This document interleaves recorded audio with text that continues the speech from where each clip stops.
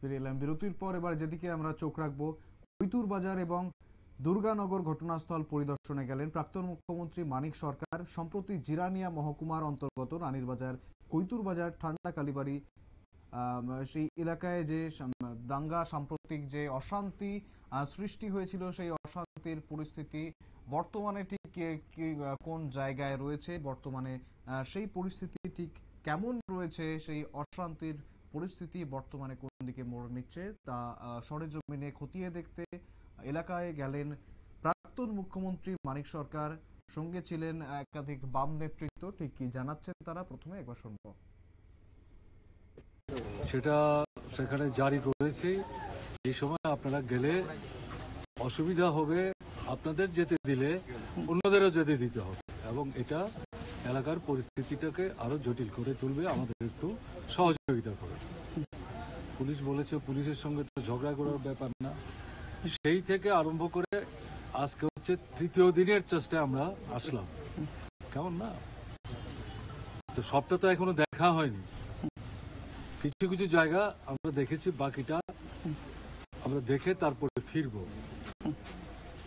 যাই আমরা দেখেছি, বাড়ির যারা মালিক, মহিলা পুরুষ নির্বিশেষে, তাদের কথা থেকে যেটা বোঝা যাচ্ছে, এই আক্রমণ যা সংঘটিত হয়েছে এটা স্বতঃস্ফূর্ত না, পূর্ব পরিকল্পিত, এবং যারা এই দলবদ্ধভাবে এগিয়ে আসছিলেন তাদের হাতে দা, অন্যান্য অস্ত্রাদি এগুলো যেমন ছিল, আর স্লোগান দিচ্ছিল আপনার এই রামের নামে, জয় শ্রীরাম।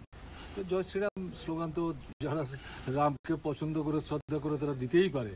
তো রামের নামে স্লোগান দিয়ে এইভাবে আক্রমণ, এবং যা লক্ষ্য করছি তাতে মনে হচ্ছে বাছাই করে করে সম্ভবত লিস্টি হাতে নিয়ে চিহ্নিত বাড়িঘরগুলোকে তারা আক্রমণের কেন্দ্রস্থল হিসাবে ঠিক করে নিয়েছে, এবং প্রথমে ঢুকে লুটপাট করছে। যা শুনলাম, যা দেখছি আমরা, লুটপাট করার পর জিনিসপত্র একসাথে করে আগুন লাগিয়ে দিচ্ছে। এই 6 মাস 7 মাসের শিশু, সেও তাদের আক্রমণ থেকে রেহাই পেয়ে আমরা দেখেছি। এখন তার কপালে এখনো দাগ আছে।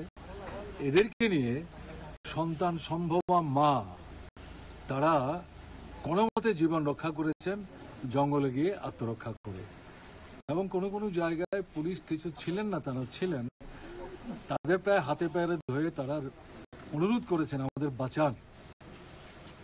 পুলিশ বলেছে আপনারা একটু শান্ত হন, বাড়িটা ছেড়ে একটু দূরে যান, ওখানে আমরা আপনাদের দেখভাল করব। কিন্তু আক্রমণ প্রতিহত করার জন্য পুলিশ কোনো কার্যকরী ভূমিকা নিতে পারেনি। হতে পারে তাদের সংখ্যা কম, তারা ওভার পাওয়ার্ড হয়ে গেছে। তো এই হচ্ছে ঘটনা।